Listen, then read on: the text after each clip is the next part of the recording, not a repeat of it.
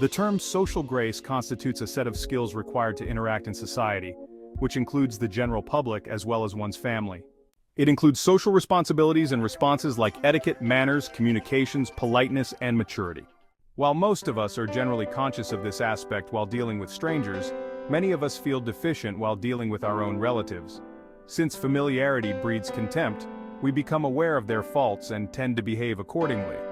Also, as per the famous idiom, the more you meet, the less you greet, we tend to take our family members for granted and at times do not exhibit the required social grace. When you point out the lack of social interaction to an erring family member, their usual reply is that they do not have time, being very busy. Being busy has a very pertinent dictum. It denotes that someone is not in your priority list.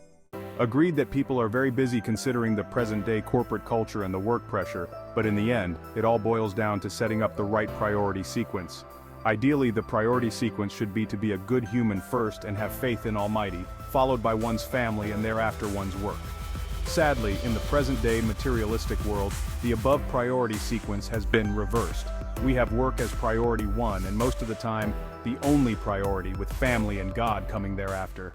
Another aspect which adversely affects the social grace system is the ego match, where we have perceived grievances from some of our family members. When asked as to why one member of the family is not talking to a specific member of the clan, the usual answer is that he was offended by the other person at some point of time in the past.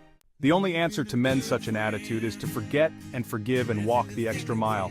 I am sure the other party would greatly appreciate it and respond accordingly.